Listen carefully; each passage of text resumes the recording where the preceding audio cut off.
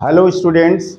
आज हम लोग सबसे इम्पोर्टेंट टॉपिक जो फर्स्ट चैप्टर का है, जो बोर्ड के पॉइंट ऑफ व्यू से बहुत इम्पोर्टेंट है, गॉस की प्रमेय की उत्पत्ति पढ़ने जा रहे हैं।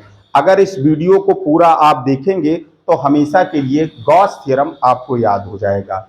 ध्यान से इसे देखिए। पहले हम देखते हैं गॉस की प्रमेय है क्या। जैसे कि पिछले वीडियो में आपको बताया गया वैद्युत फ्लक्स क्या होता है। तो वैद्युत फ्लक्स किसी पृष्ठ से होकर गुजरने वाली वैद्युत बल रेखाओं की संख्या की माप है। अब गॉस की प्रमेय क्या है? किसी बंद पृष्ठ किसी बंद पृष्ठ से होकर बंद पृष्ठ से होकर गुजरने वाली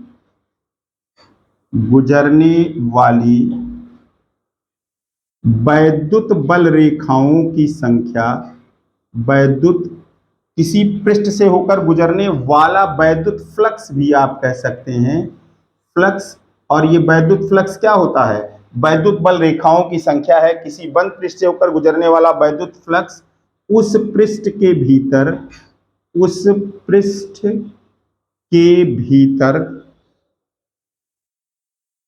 बंद नेट आवेश का 1/एप्सिलॉन नॉट। ये एप्सिलॉन नॉट क्या है? निर्वात की वैद्युतशीलता है, जिसका मान 8.85 इंटू 10⁻⁻12 कूलाम स्क्वायर पर न्यूटन मीटर स्क्वायर है। बंद नेट आवेश का 1/एप्सिलॉन नॉट गुना होता है। ये गॉस की प्रमेय का स्टेटमेंट है। और इसका ये 1 नंबर का प्रश्न ये पूछा जाता है बोर्ड में कि गॉस की प्रमेय का गणितीय रूप लिखिए। तो गॉस की प्रमेय का गणितीय रूप जो होगा, गॉस की प्रमेय का गणितीय रूप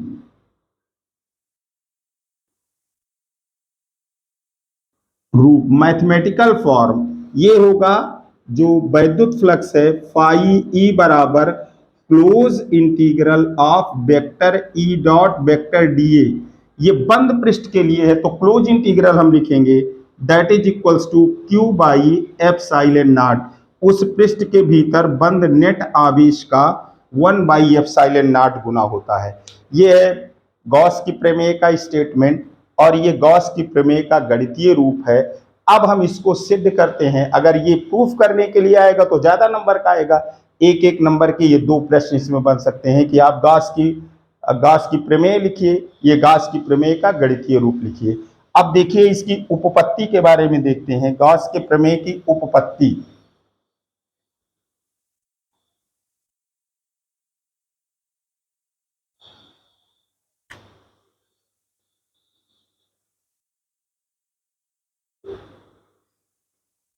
गॉस की प्रमेय के लिए हमें एक बंद पृष्ठ की जरूरत होगी। तो एक बंद पृष्ठ कोई हम यहाँ पर ये काल्पनिक एक बंद पृष्ठ ये लेते हैं, ये एक बंद पृष्ठ है। और मान लेते हैं कि यहाँ पर कोई चार्ज एक ये प्लस क्यू चार्ज रखा हुआ है।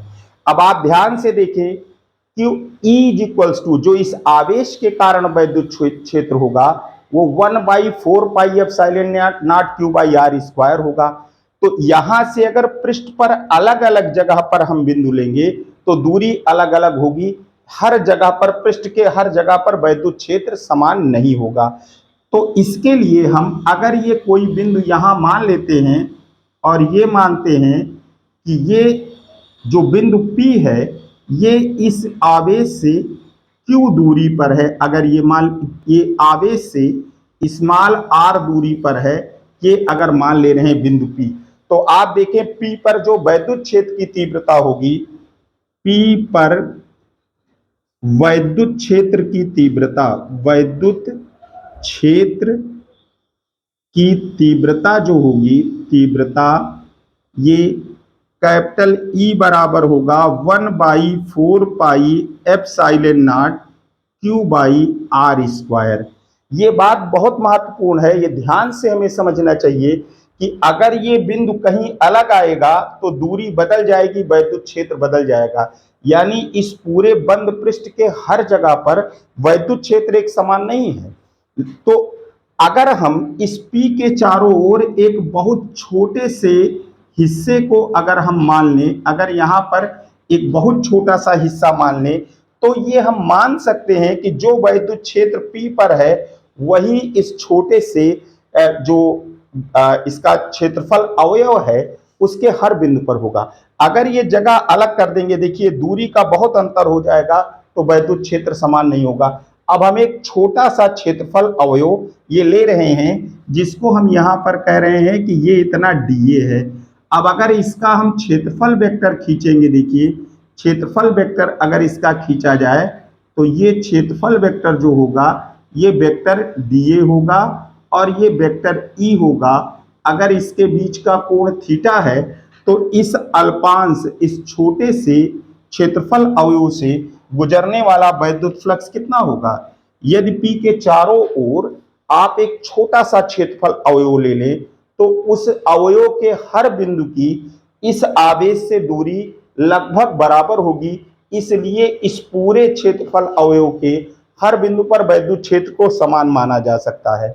अब सूक्ष्म क्षेत्रफल अवयव यानी सूक्ष्म क्षेत्रफल अवयव से होकर गुजरने वाला वैद्युत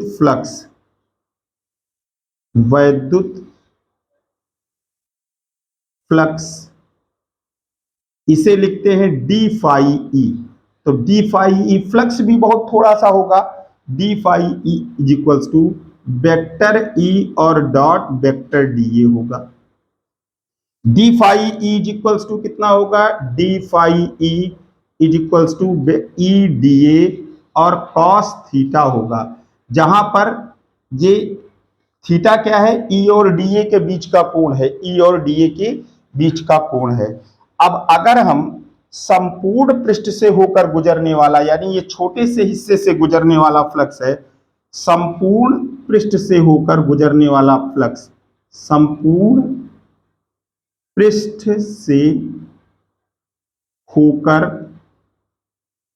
गुजरने वाला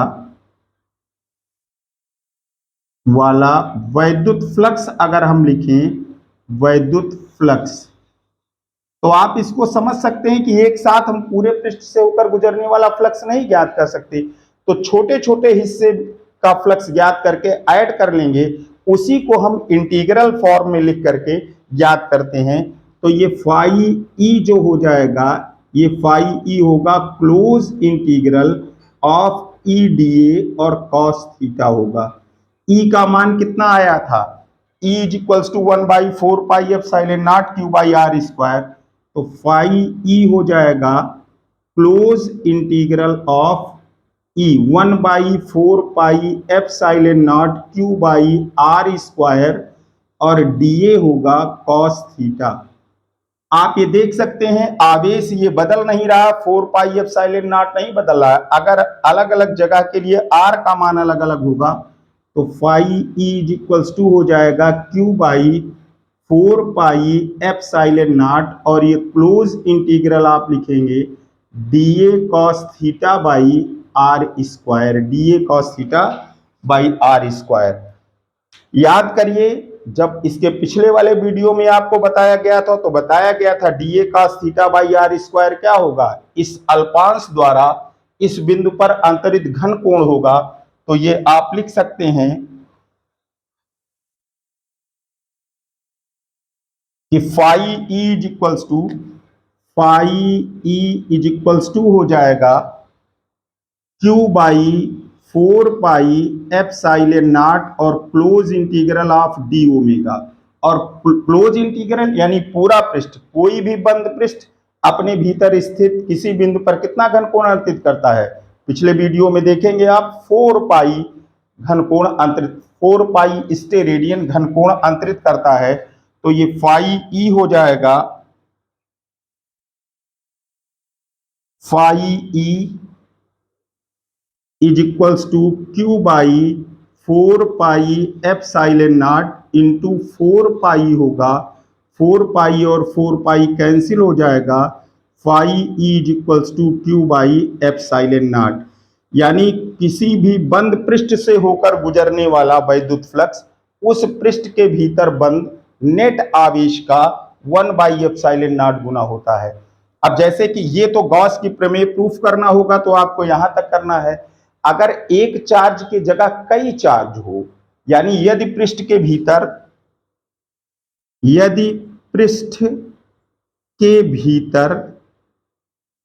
कई आवेश हों, जैसे ये प्लस Q1 है, माइनस Q2 है, माइनस Q3 है, प्लस Q4 है, ये सब चार्ज ऐसे रखे गए हैं, तो जो कुल फ्लक्स होगा वो phi E is equals to हो जाएगा नेट चार्ज। तो नेट चार्ज कैसे निकलेगा, Q1 minus Q2 minus Q3 plus Q4 और जो चार्ज होंगे बाई एप्सिलॉन नॉट। इस तरीके से हम किसी पृष्ठ से होकर गुजरने वाला कुल फ्लक्स ज्ञात कर सकते हैं। ये बात हमें गॉस की प्रमेय में ध्यान रखना है कि पृष्ठ के भीतर जो बंद नेट आवेश है उसका एप्सिलॉन नॉट गुना होता है। ये बोर्ड के पॉइंट ऑफ व्यू से बहुत इंपॉर्टेंट टॉपिक है। ये कहा जाता है कि गॉस की प्रमेय लिखिए और उसकी उत्पत्ति भी पूछी जाती है। तो इस तरीके से आप इसे इसको प्रूफ कर सकते हैं। अब आप इसके एप्लीकेशन को देख सकते हैं। अगर आपसे ये कहा जाए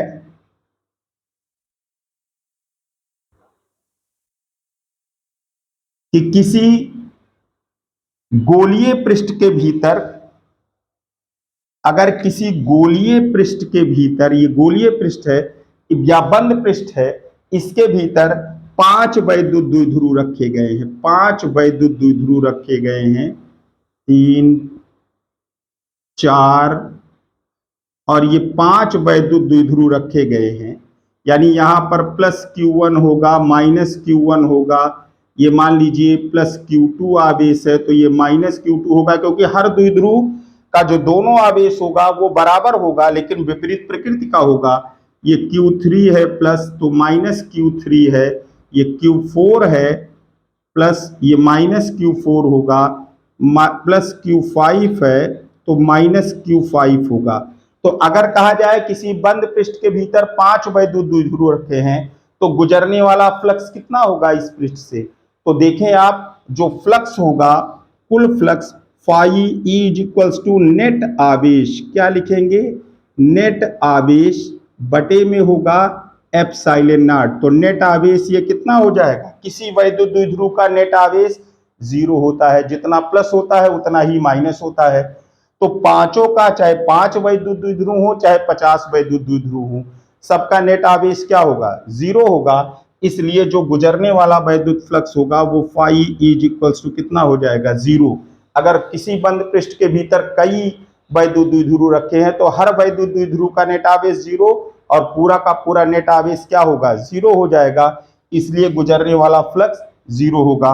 और इस तरीके की बात आप देख सकते हैं कि अगर ये कहा जाए कोई एक घनाकार बंद पृष्ठ है, अगर कोई एक घनाकार बंद पृष्ठ है घन के आकार का और इसके केंद्र पर प्लस Q आवेश रखा हुआ है, इसके बीचों बीच ये प्लस Q आवेश अगर यहां रखा गया प्लस Q आवेश, तो इसके एक पृष्ठ से होकर गुजरने वाला फ्लक्स ये कितना होगा, इससे गुजरने वाला फ्लक्स आपको निकालना है फाई ई, एक पृष्ठ से होकर गुजरने वाला। तो किसी भी बंद घनाकार पृष्ठ में 6 फलक होंगे, यानी 2 फलक आमने सामने, 2 फलक इधर आमने सामने, एक ऊपर नीचे, 6 फलक होंगे और हर फलक से गुजरने वाला वैद्युत फ्लक्स समान होगा।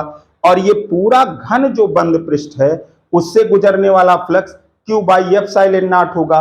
और 6 बराबर फलक हैं तो एक फलक से गुजरने वाला फ्लक्स जो होगा घन के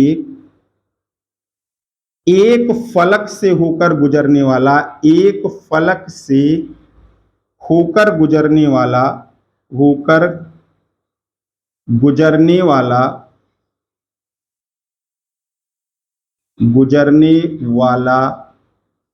वैद्युत फ्लक्स ये phi E is equals to हो जाएगा 1/6 टाइम, पूरा फ्लक्स कितना है Q by epsilon naught, पूरे हर पृष्ठ से, और कितने पृष्ठ हैं 6 बराबर पृष्ठ हैं, तो एक फलक से होकर गुजरने वाला फ्लक्स कितना हो जाएगा, ये phi E is equals to Q by 6 epsilon naught होगा। इसी प्रकार अगर एक लास्ट प्रश्न इसमें देखते हैं कि अगर ये कहा जाए किसी दो गोले हैं, एक गोला जो है ये कम यानी 10 सेंटीमीटर मान लीजिए त्रिज्या का है, इसके केंद्र पर 5 माइक्रो कूलाम चार्ज रखा है, और दूसरा जो गोला है ये 20 सेंटीमीटर त्रिज्या का है, 20 सेंटीमीटर त्रिज्या का, इसके केंद्र पर भी 5 माइक्रो कूलाम का चार्ज रखा गया है। तो जो दोनों के पृष्ठ से होकर गुजरने वाला फ्लक्स होगा, वैद्युत फ्लक्स, उसका अनुपात क्या होगा, यानी अगर इसके पृष्ठ से गुजरने वाला फ्लक्स φ1 है और इसके पृष्ठ से गुजरने वाला फ्लक्स φ2 है, तो φ1 और बाई φ2 ये कितना होगा ये आपको बताना है। तो जैसा कि आप जानते हैं गॉस की प्रमेय कहती है कि बंद आवेश बटे एफ साइलेंट नॉट, तो दोनों पर कितने चार्ज हैं 5 माइक्रो कूलाम और 5 माइक्रो कूलाम, तो अगर आप लिखेंगे 5 micro coulomb by epsilon not by 5 micro coulomb और बाई एफ साइलेंट नॉट, तो φ1 और φ2 का जो रेशियो होगा 1/1 φ1:φ2 कितना हो जाएगा, ये हो जाएगा 1:1 होगा, यानी दोनों से गुजरने वाला फ्लक्स बराबर होगा। पर इसे अगर कॉन्सेप्ट के तौर पर देखा जाए तो जब भी कोई आवेश ये होगा तो इसकी वैद्युत बल रेखाएं देखिए, ये हमेशा ये प्लस अगर चार्ज है तो वैद्युत बल रेखाएं किधर होंगी, दूर की ओर होंगी। ये पिछले वीडियो में आपको बताया गया है, वैद्युत बल रेखाएं किधर होंगी, दूर की ओर, यानी जो भी बल रेखाएं होंगी वो आवेश से शुरू होंगी। अब चाहे अगर एक छोटे गोले को रखें या बड़े गोले को रखें, क्या दोनों में से होकर गुजरने वाली बल रेखाएं अलग अलग होंगी, नहीं होंगी। तो अगर आवेश समान है, चाहे ये गोला बड़ा होगा चाहे छोटा होगा, जो फ्लक्स होगा वो बराबर होगा, φ1 और φ2 का ये रेशियो 1:1 आएगा। Thank you for watching the video. कितने मिनट